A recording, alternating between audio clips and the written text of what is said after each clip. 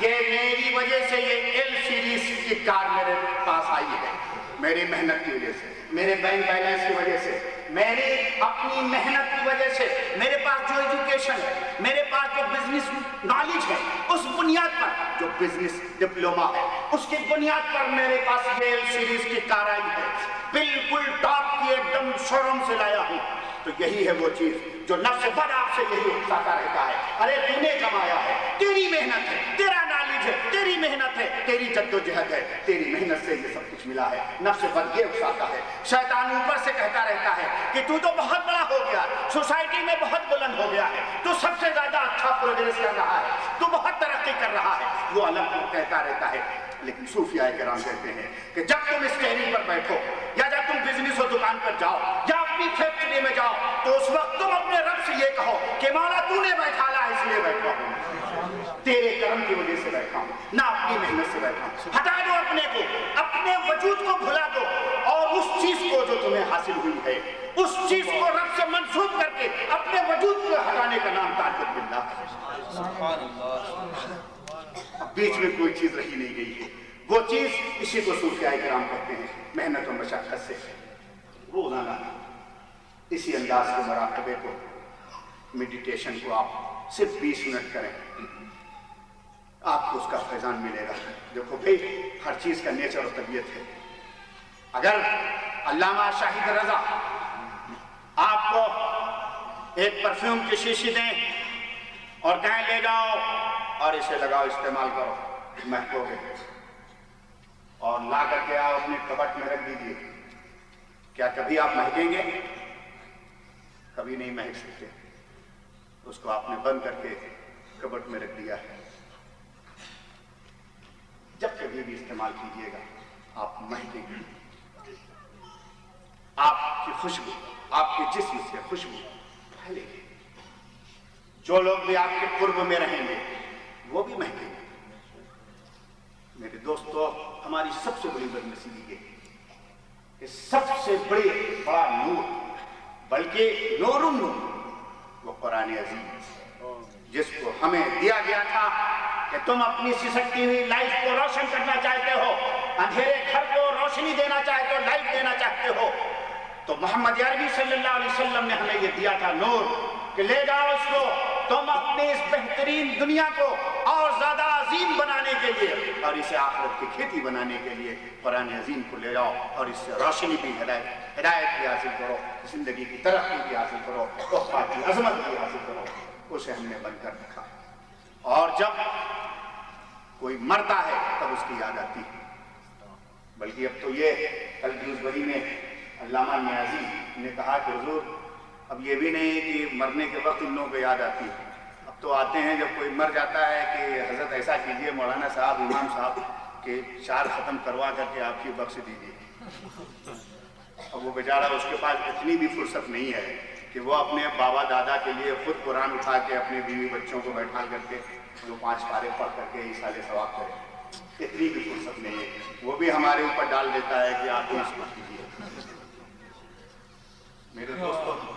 قرآن عظیم میں ہے، آپ نے کبھی غور کیا آپ کی زندگی کتنی بے چین ہے، کتنی سسکتی ہوئی ہے؟ ٹھیک ہے یہاں اکنامک پرابلم جیسا ایشیا میں ہے، پاکستان میں، انڈیا میں، بنگلہ دیش میں، ایسا یہاں نہیں ہے۔ آپ ٹھیک ہے، آپ کی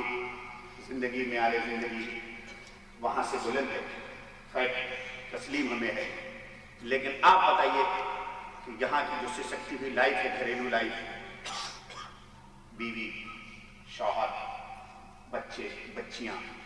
ان سب تمام چیزوں کو جو اللہ کے یہ انعام تھے، ان کی ذمہ داریاں ہمارے کاندھے پر ہیں۔ ہم نے اچھی دولت، اچھا مکان، اچھا معیار زندگی اپنا لیا، حاصل کر لیا، اس کے باوجود بھی وہ کون سی چیز ہے کہ ایسا محسوس ہوتا ہے کہ ہم روزانہ آگے جا رہے ہیں لیکن کوئی چیز پیچھے چھوٹتی چلی جا رہی ہے، اور جب پلٹ کر کے دیکھتے ہیں تو ایک بے سکونی سی ہے، بے چینی سی ہے۔ کیوں؟ کہاں غلطی ہو رہی ہے؟ ایسا تو نہیں ہے کہ ہم جہاں چل رہے ہیں وہ غلط راستہ ہو، صحیح راستہ کون سا ہے، اس پر چل کر کے وہ ہم کو چین و سکون ملے۔ ہر شخص کسی بھی شعبہ زندگی سے متعلق بے چین، پریشان، سکون نہیں، چین نہیں، بیوی بچے سب کچھ ہے، چین نہیں، سکون نہیں ہے. ہم نے بزنس میں اتنا ترقی کی کہ ہم بلینر نہیں ملینر بن گئے, بلینر بن گئے, ملینر بن گئے, کروڑ روپیہ دولت بینک بیلنس ہم نے کر لیا, اور ملٹی نیشنل کمپنیوں کے شیئرز ہم نے خرید لیے جب ہم بزنس میں گئے. اس کے باوجود بھی چین و سکون نہیں. ایجوکیشن لائف میں ہم گئے صرف چین و سکون کی تلاش میں, تو سب سے ہائی ڈگری جو تھی سب تہ جمع کر کے اپنے ڈرائنگ روم میں ہم نے سب کام کیا ہے. اتنی یورپ کی, امریکہ اور کینیڈا کی ڈگری ہمارے پاس ہے, اس کے باوجود بھی ہماری لائف اور زندگی میں چین و سکون نہیں. آپ دیکھیے, آپ خود غور کیجئے ایسا کیوں؟ ہم ایجوکیشن شاہراہ پر چلے, ہم بزنس لائن پر گئے, ہم سروس لائن پر گئے, ہم نے سوچا ہو سکتا ہے کہ کرسی ملے, عہدہ ملے, پوسٹ ملے, قیادت ملے, منسٹری ملے, تب جا کر کے ہمیں سکون و اطمینان ہو. ہم آخری کرسی اور عہدے پر پہنچے, اس کے باوجود بھی ہمیں سکون و اطمینان نہیں. وجہ یہ تھی کہ ہم نے اپنے طور پر راہ متعین کی تھی, اور اپنے طور پر ہم نے زندگی کی شاہراہ متعین کر کے چلنے کا منصوبہ بنایا اور چلے. اور جب آخری منزل پر پہنچے تو پتا چلا کہ ہم بہت بڑا عظیم سرمایہ چھوڑ کر کے آئے ہیں, اور وہ ہماری لائف کا چین اور سکون ہے, وہ ہمیں نہیں ملا ہے. اب قرآن کی بارگاہ بے نیاز میں حاضر ہو کر کے عرض کریں, اے قرآن عظیم, تو ہمارے لیے شاہراہ ہدایت ہے, تو ہمارے لیے ہماری زندگی کا نور ہے, بتا ہمیں کس طریقے سے سکون اور اطمینان مل سکتا ہے. تو قرآن عظیم ارشاد فرماتا ہے, ہماری اور آپ کی رہنمائی فرماتا ہے, الا بذکر اللہ تطمئن القلوب, خبردار آگاہ ہو جاؤ کہ تمہیں اگر چین و سکون چاہیے تو صرف ذکر الہی ہے. اور رب تبارک و تعالیٰ جس نے ہمیں اور آپ کو پیدا فرمایا, تخلیق فرمائی ہے, وہ ہمارے اور آپ کے نیچر و طبیعت سے ہم سے زیادہ واقف ہے. وہ خود فرماتا ہے کہ تم جس لائن اور شاہراہ کو متعین کر کے اپنی زندگی کے ڈھانچے کو اور گاڑی کو لے جانا چاہتے ہو, ہرگز اگر وہاں تم چین و سکون حاصل کرنا چاہتے ہو تو ہر شاہراہ کے اس گامزنی میں تم ذکر الہی کو بسا کر کے چلو, تمہیں وہاں چین و سکون حاصل ہو. تو اصل میں آئیے تھوڑی دیر کے لیے ہم اس ریاض الجنہ کو, یہ اسلامک سینٹر میں جو ریاض الجنہ ہمیں اور آپ کو ملا ہے, یہ ہمارے رب کی توفیق ہے, یہ اس کا کرم اور فضل ہے. آقا دو جہاں شفیع المذنبین صلی اللہ علیہ وسلم کا کرم اور ان کا طفیل ہے کہ آج اس دھرتی پر پروردگار عالم نے ہم جیسے گنہگاروں کو, ہم گنہگار ہیں, سیاہکار ہیں, مجرم ہیں, نافرمان ہیں اپنے رب کے, لیکن یہ اس کا کرم ہے اور اس کے حبیب کا کرم ہے کہ آج ہمارے ذریعے سے یورپ کی سرزمین پر نعرہ تکبیر اللہ اکبر کی آوازیں بلند کروا رہا ہے. یہ اس کا فضل ہے, کرم ہے. ہم جب حشر کے میدان میں پہنچیں گے اور رب کریم پوچھے گا کہ تم نے یوگے کی سرزمین پر ہمارے لیے کیا کہا, کیا کیا تم نے, تو ہم اپنی گنہگاری کو سامنے رکھ کر کے اپنے رب کریم کی بارگاہ میں عرض کریں گے کہ مولا تو اتنا کریم ہے کہ تیری کریمی کو ہم صرف یہ پیش کرتے ہیں کہ چند گھنٹے ہم نے تیرے حبیب کے نعرے بلند کیے. اگر اسے قبول کر لے تو ہماری نجات ہوگی. اور وہ رب کریم جو اپنے بندوں کو ماں کی مامتا بیٹے کے تعلق سے جو ہوتی ہے اس سے 70 گنا چاہے, 70 گنا چاہے. ایک قاضی صاحب تھے, جسٹس جج تھے, وہ ان کا انتقال ہوا, ماں کے اپنی بیوی کی گود میں ایک بیٹا انہوں نے چھوڑا, لیکن چونکہ ان سے غلطی تھی قبر میں عذاب ہو رہا تھا. ادھر نیک بیوی تھی, ان کی وائف بہت ہی نیک تھی.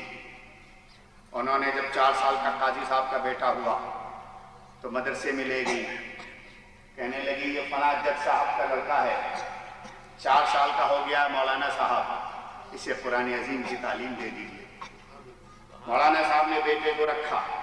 یہاں قاضی صاحب کو قبر میں عذاب ہو رہا تھا, ان کے بھول چوک گناہ سیاکاری کی بنیاد پر یا جس بنیاد پر رب کا عدل جاری تھا. قاضی صاحب کو کہ لڑکے کو مولانا صاحب نے کہا بیٹا تم پڑھو بسم اللہ الرحمن الرحیم. جیسے ہی قاضی صاحب کے بیٹے نے کہا بسم اللہ الرحمن الرحیم,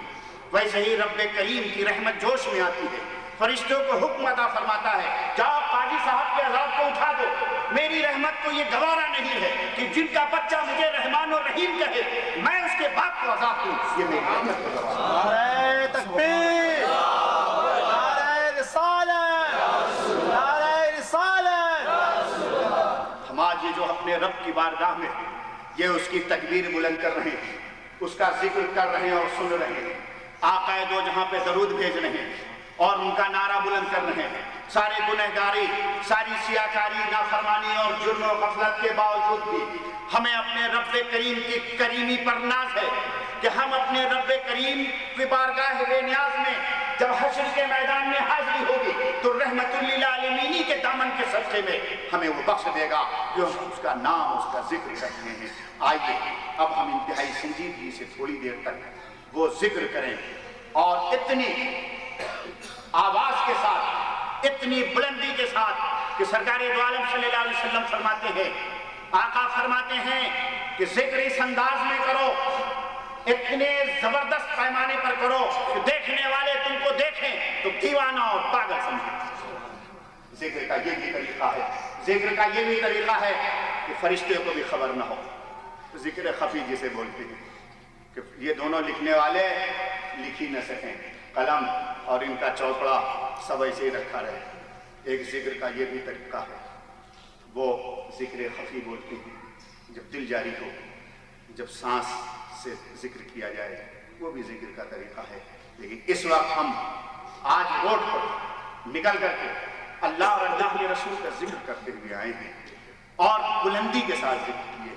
پتہ چلتا ہے کہ رب کی مشیت یہ ہے کہ آج میرے ماننے والے، میرے نام لیوا، میرا اور میرے محبوب کا کلمہ پڑھنے والے صرف زور سے اور دیوانہ وار نعرہ بلند کریں اور ذکر کرتے رہیں. لہذا آج جو ذکر کرنا ہے وہ انتہائی بلندی کے ساتھ ایسا محسوس ہو، ایسا پتہ چلے کہ یہ جتنے بیٹھے ہوئے ہیں یہ ہوش مند نہیں ہیں، یہ سب دیوانے ہیں، سب دیوانے ہیں. دیوانے کو تحقیق کی نظروں سے نہ دیکھو.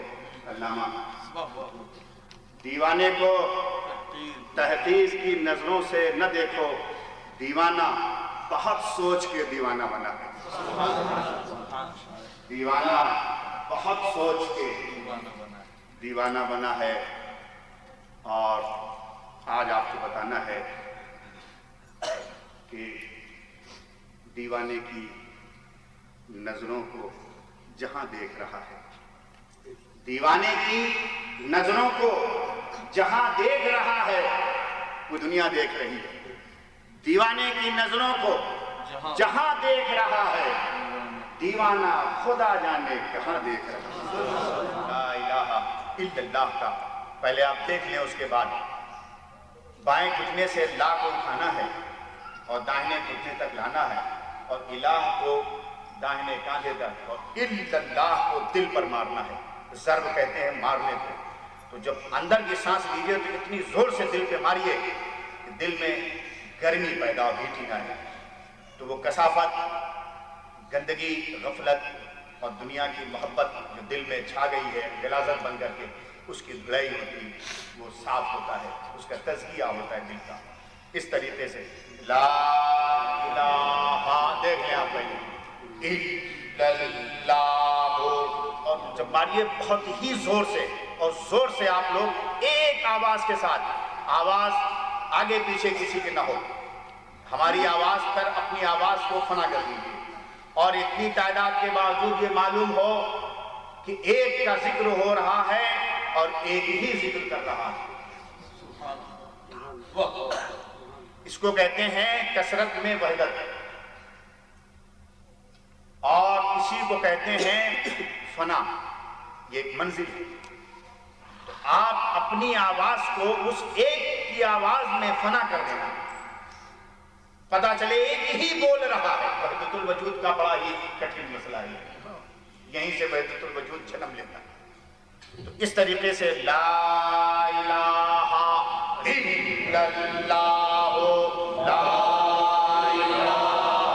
الا اللہ، لا الہ الا اللہ، لا الہ الا اللہ، لا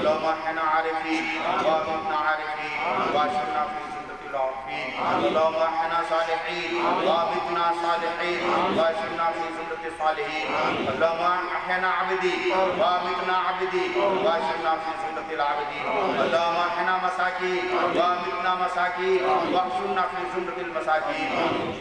اللهم ربنا اتنا في الدنيا حسنة وفي الآخرة حسنة وقنا عذاب النار وقنا عذاب القبر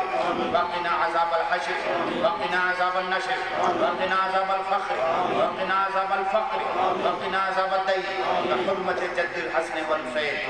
اب آپ حضرات گردن نیچی کر کے اور اس ذکر کے وسیلے سے توسل سے اپنے رب کو موجود جان کر مان کر اس ایقان کے ساتھ جو بھی آپ کے دل کی تمنائیں ہیں، آرزویں ہیں، مرادیں ہیں، تڑپ ہے، درد ہے، طلب ہے، سب اپنے رب کی بارگاہ میں خود دعا مانگیں۔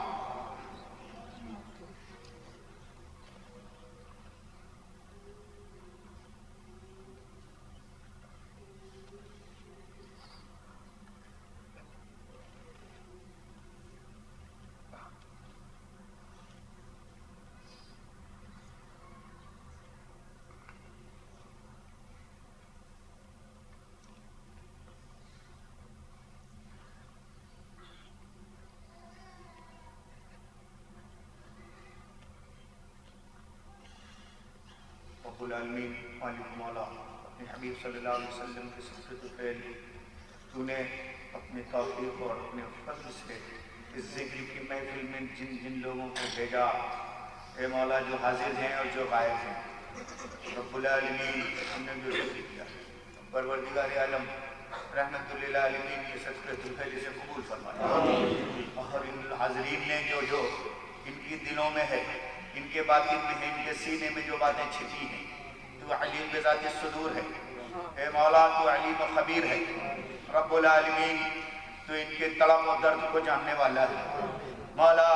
انہیں ہدایت دے، مولا ہمارے سارے گناہوں کو معاف فرما، گناہ صغیرہ گناہ کبیرہ سارے گناہوں، ان گناہوں کو جنہیں ہم نے جان کر کیا اور ان گناہوں کو جنہیں انجانے میں کیا، اس مجلس ذکر کے صدقے میں، اس جشن عید میلاد النبی کے صدقے میں، مولا اسلامک سینٹر کے اس مسجد پاک کے صدقے میں، مولا تیرا گھر ہے، تو نے ہمیں اپنے گھر سے اپنے گھر میں بلایا، ہم نے اپنا گھر چھوڑا، تیرا گھر ملا، مولا اب اپنے تک ہمیں پہنچا لے، اے مولا ہمیں دنیا میں نہ پھنسا، مولا طالب دنیا نہ بنا، طالب مولا بنا، رب العالمین ہماری ماں بہنیں حاضر ہیں، مولا ہماری بیٹیاں ہیں، ہمارے نوجوان بیٹھے ہوئے ہیں، اے اللہ اپنے حبیب کے صدقے میں انہیں دین کا شعور عطا فرما، رب العالمین تو ہمیں ایسا دین عطا فرمایا، اپنے حبیب کے ذریعے تو نے ایسا دین عطا فرمایا جس کے پاس قبر کا تصور ہے، حشر کا کنسپٹ ہے،